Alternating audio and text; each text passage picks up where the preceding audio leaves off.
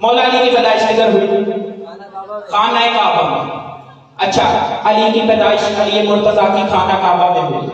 اسی کعبے میں ایک بی بی رہتی تھی، نام تھا مریم، جناب مریم علیہ السلام۔ ماشاءاللہ تھی بھی بطول۔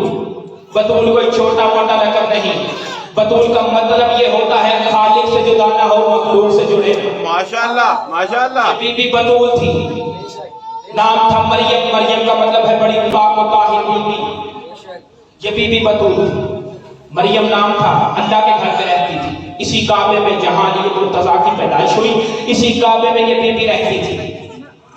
اچھا، اس بی بی کا اور کوئی گھر بھی نہیں تھا، لیکن عین نزول جناب عیسیٰ کے وقت اللہ نے کہا مریم یہاں سے چلی جا، یہ ولادت کی نہیں، یہ عبادت کی جگہ ہے، یہ ولادت کی نہیں، یہ عبادت کی جگہ ہے، یہاں بچے نہیں پیدا ہونے، یہاں بچے نہیں پیدا ہونے، یہاں سجدے ہونے ہیں، مریم یہاں سے چلی جا۔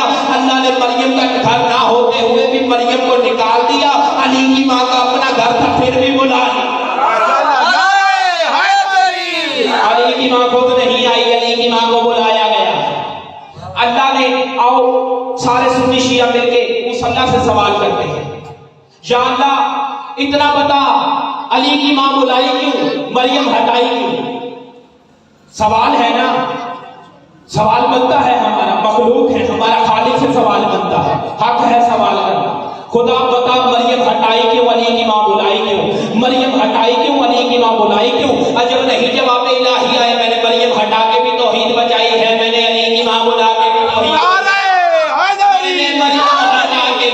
میں نے مریم ہٹا کے بھی توحید بچائی، میں نے علی کی ماں بلا کے بھی توحید بچائی۔ خدا مریم ہٹا کے کیسے توحید بچی؟ فرمایا اگر مریم میرے گھر میں بچہ پیدا کر دیتی، اگر مریم میرے گھر میں بچہ پیدا کر دیتی، قیامت تک کے لیے عیسائیوں کے پاس دلیل ہوتی تھی، بیٹا تھا تو اس کے گھر